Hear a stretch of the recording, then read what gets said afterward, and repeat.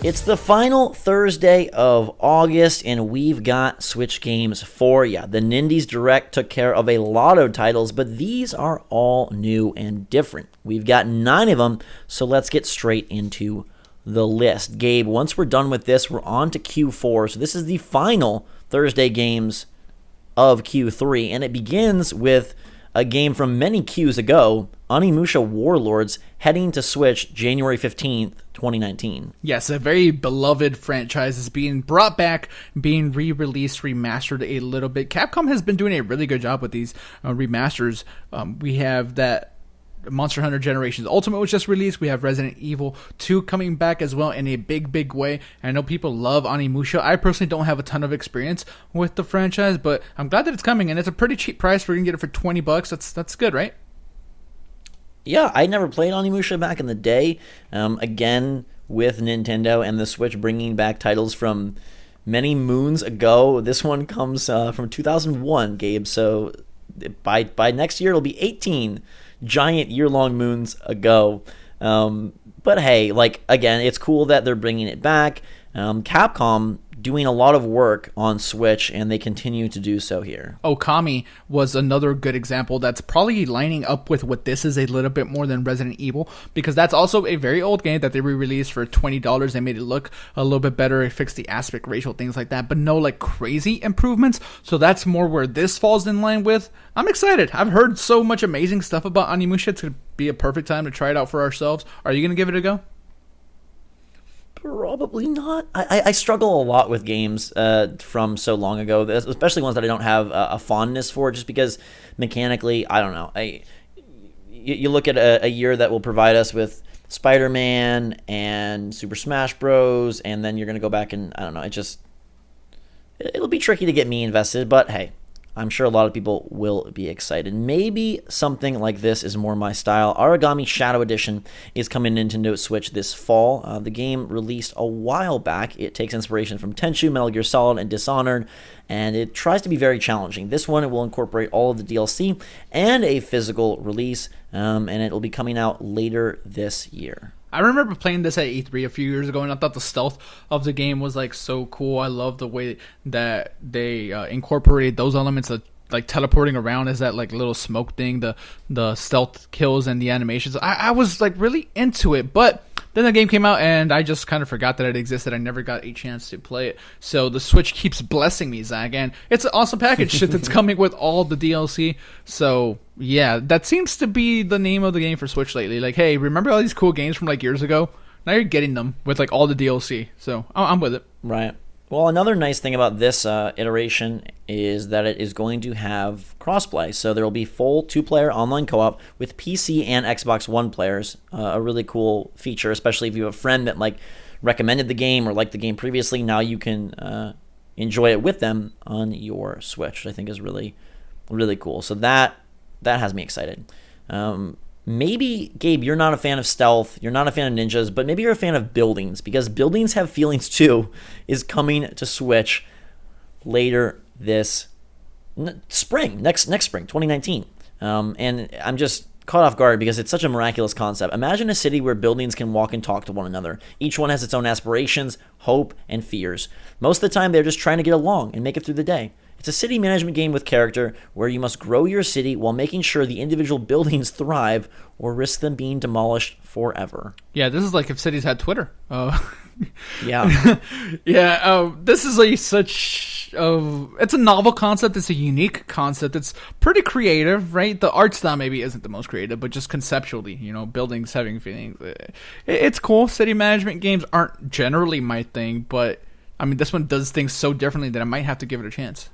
I have a strange, maybe love is too strong, but I have a strange of city, sim type games. I don't invest a lot of time in them, but I'm always fascinated to look at them. Back in the day, I played a decent amount of Sim City, Sim Park, Sim Hotel, things like that. And there's something that just appeals to me about them. I never really dive in head first. I guess it's a time thing. But maybe this one with the buildings with personality, it does have I don't know. I think the art style actually is pretty nifty. If you see it in motion, it looks kind of cool, and it's one that I will keep my eyes on next year. Let's talk Shovel Knight, Gabe. This game that keeps on giving. Finally, we know that the King of Cards expansion is coming April 9th, 2019. It is getting a Treasure Trove physical release that will include that game, as well as, Gabe, this newly announced Shovel Knight Showdown, which is a multiplayer, 4-player battle title. It'll retail for $9.99 separately or as part of said Treasure Trove bundle. Yeah, that has a ton of characters. That seems like a pretty unique way to play Shovel Knight. But yes, the king here is the King of the Cards, and the new campaign that's coming, it's presumably the last campaign for Shovel Knight. They've done so much with this game since it was first released. It's like a little weird that it's not until like April of 2019. That's a long wait, especially because we've known about it for so long. But hey, at least now we know when it's coming. The amiibo is going to be coming, like you had mentioned as well, so cool. Yeah, amiibo on April 9th, and they look real sick. Quick note for all of you Shovel Knight fans, if you have not invested in Treasure Trove, do it now. The game right now is $24.99 on the eShop, and that will get you King of Cards and Showdown at no extra charge. When those release, Treasure Trove will bump up to $40. So it's a great way to get in at like an incredible price. I think it's very, very consumer and fan friendly that they're doing this in such a way that if you invested early, like they price the content based on what was there, but you're still getting the additional pieces versus, okay, like the full complete package they feel is worth $40. Yeah, I mean, and it probably is. Like, these are sizable campaigns, and the value there is like really good if you jump on that now the way Zach is recommending. Yeah. I already have it, but if I didn't, I would be heading to the eShop right now. Gabe, maybe Marble It Up will make you head to the eShop. This is a game about marbles. It wants to be the role-playing game of the year. I really like Nintendo Life's little title there, so I had to borrow it for a bit. It's a spiritual successor to Marble Madness, Marble Blast, 40 levels, and you are doing your best to keep this marble going and rolling. I'm a big Monkey Ball fan.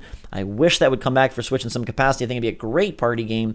Maybe this can kind of replace it without the charm of II and Co. Did you play marbles a lot when you were a kid, or no?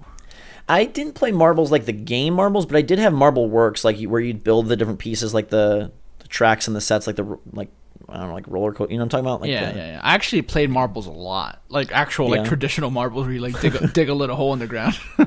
Very nice. Yeah, mine was more like build them, and then Jake and I would like put a bunch of marbles there and pick the color that we wanted to win and like kind of race them because we had like a multiple feeder and it would multi-marble feeder, and it would, I don't know. I like the ones where it like spins around. You're like waiting, and like the pinwheels. I don't know. I'm gonna go get out my Marble Works. Do it. Forget this game. It doesn't come out till next month. No exact date. Sometime in September. 60 FPS, 40 levels. It's got HD Rumble, which is probably gonna be cool with the marble, and some really creative and tricky looking levels. So, I may check it out, or I may just play Marble Works. Not sure yet. All right. But I am sure that Thunderful is finally starting to rumble ahead. This is the company that Image and Form and Zoink merged to create. Image and Form, the folks behind SteamWorld. Zoink, the folks behind Flipping Death, Stick It to the Man. These two studios decided to kind of coalesce in a new company called Thunderful, where they would publish games. They also added Rising Star Games, who was the publisher of the SteamWorld games. So they've got this conglomerate, and their first two games are Hellfront Honeymoon, which was just announced today. It's not developed by any of the aforementioned parties. It's instead developed by Sky Goblin, but it is a top-down multiplayer action game, 4 players, and you're duking it out over single-screen battles. There's base building, troop management, twin-stick shooting. It doesn't look that inspired to me. I'm not that excited for it. I guess I assumed that they would be the ones making the games, but it looks like they're also using this as an opportunity to, publish and bring other developers into the fold and their titles to Switch as well. Yeah, they got themselves quite a conglomerate going on over there now. So yeah, like you, I probably have no interest in that game specifically, but yeah, I mean. They expect it to come out later this year, and then they also have Lonely Mountains Downhill, which was apparently scouted by a member of Thunderfall while he was working at Nintendo. I found that interesting. The objective of the game is to get down the mountain on your bike as fast as possible. I don't know. This one looks simple. It has a little bit of a Trials vibe to it. I don't think it's going to be as difficult, but I am excited for it. It comes out in 2019. And then they're also bringing, Gabe, one of Image Inform's original titles, Anthill, which was a mobile game back in 2011. They're bringing that to Switch, which is a strategy game. It kind of reminds me a little bit of Mushroom Wars 2, which we talked about a couple months ago. This one, you are trying to build tactical defenses based on the real-world behavior of ants. You can slay bugs and then eat them to improve your ants. You can direct bomber ants to perform air raids. You can upgrade your troops.